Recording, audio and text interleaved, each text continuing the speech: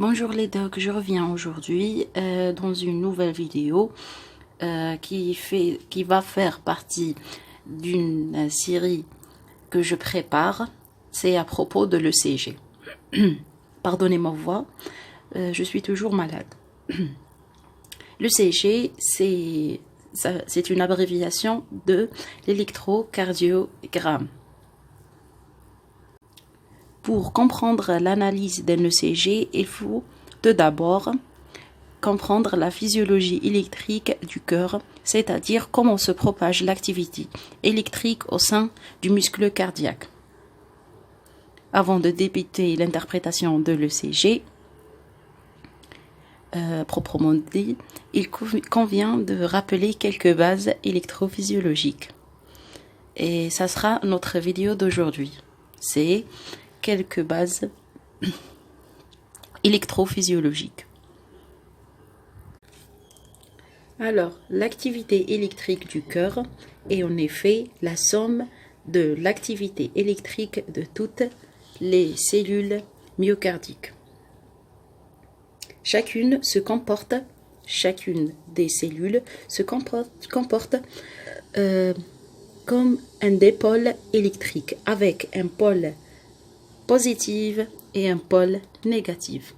À l'état de base, les cellules cardiaques, comme toutes les cellules de l'organisme, sont polarisées à cause d'une répartition particulière des ions entre l'extérieur et l'intérieur de la cellule. La dépolarisation cellulaire correspond à une entrée d'ions positifs dans la cellule. Cette phase va se propager de proche en proche aux autres cellules cardiaques pour induire une contraction du muscle cardiaque, et ça veut dire la phase du systole. La dépolarisation, ça veut dire la systole, et ça veut dire la contraction du muscle cardiaque. Pour la repolarisation cellulaire, ça veut dire le retour vers l'état initial. Elle suit la dépolarisation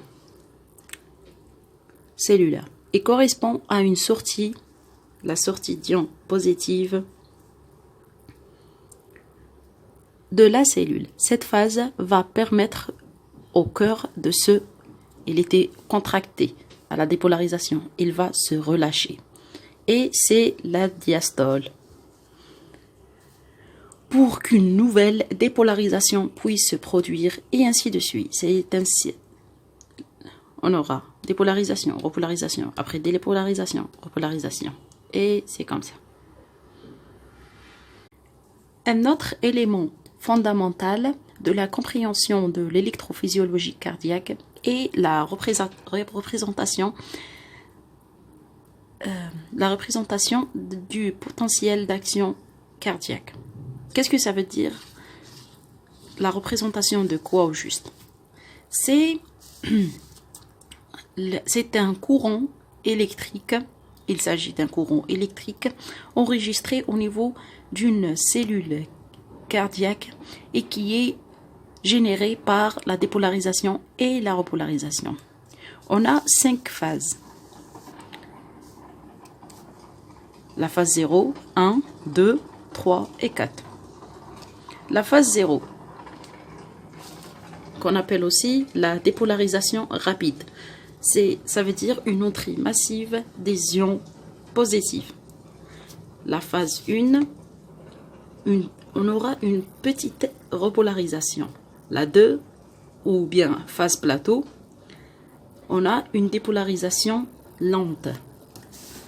3, la repolarisation principale. 4, la dépolarisation lente spontanée. C'est la phase 4 qui fait que le cœur se contracte de manière automatique. Contrairement aux autres cellules musculaires striées de l'organisme, chez lesquelles cette phase n'existe pas. Il se contracte par la volonté. la deuxième partie de notre vidéo, on va parler de la propagation de l'influx électrique à l'intérieur du cœur. Vous connaissez déjà, autant qu'un étudiant en 4e année, l'anatomie du cœur. Excusez mes dessins, mais je vais essayer de vous expliquer. L'influx électrique cardiaque naît au niveau du nœud sinusal, celui-là. Où se trouve le nœud sinusal? Il se trouve à la jonction entre l'oreillette droite, ça c'est le cœur droit, et ça c'est le cœur gauche. Entre l'oreillette droite et il y en a ici l'entrée de quoi? De la veine cave, elle est ici normalement, la veine cave supérieure. Alors le nœud sinusal, il se trouve entre l'oreillette droite et cette veine là, la veine cave supérieure. Cet influx qui se déclenche ici dans le nœud sinusal va ensuite se propager dans les deux oreillettes. Il va se propager dans l'oreillette droite, puis dans l'oreillette gauche, avant d'aller au nœud auriculo-ventriculaire, ou bien on peut l'appeler aussi le nœud de Hashofta-Wara. Le nœud Hashofta-Wara, qui se trouve dans la partie basse de la cloison interauriculaire, ça c'est la cloison interauriculaire, il se trouve ici. Le nœud de Hashofta-Wara.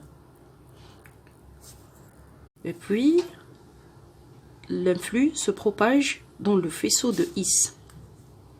Ce faisceau-là, qui se trouve dans la partie haute du symptôme interventriculaire. Le symptôme interventriculaire, c'est celui-là, c'est dans la partie haute.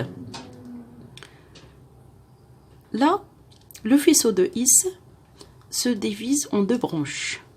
Une branche droite, une branche gauche, destinée au ventricule droit et au ventricule gauche. La branche gauche va se diviser en deux hémibranches, l'hémibranche antérieure et l'hémibranche postérieure. La branche droite et les deux branches gauches ont de nombreux filets, vont se diviser à de nombreux filets, petites branchettes qui vont construire le réseau de Purkinje. L'électrocardiogramme, le CG, le fameux ECG, va représenter l'ensemble de ce trajet de conduction électrique. L'ensemble de ce trajet depuis le nœud sinusal jusqu'à les petites branchettes, ça, tout ce trajet-là, ça veut dire le CG. Alors, on a fini avec la première partie de ma série. J'espère que je vous ai aidé à un peu comprendre le CG. Et attendez mes autres vidéos. Abonnez-vous et suivez-moi sur mon Instagram. J'essaye d'être moins timide dans mes autres vidéos. Et bon courage. Bye bye.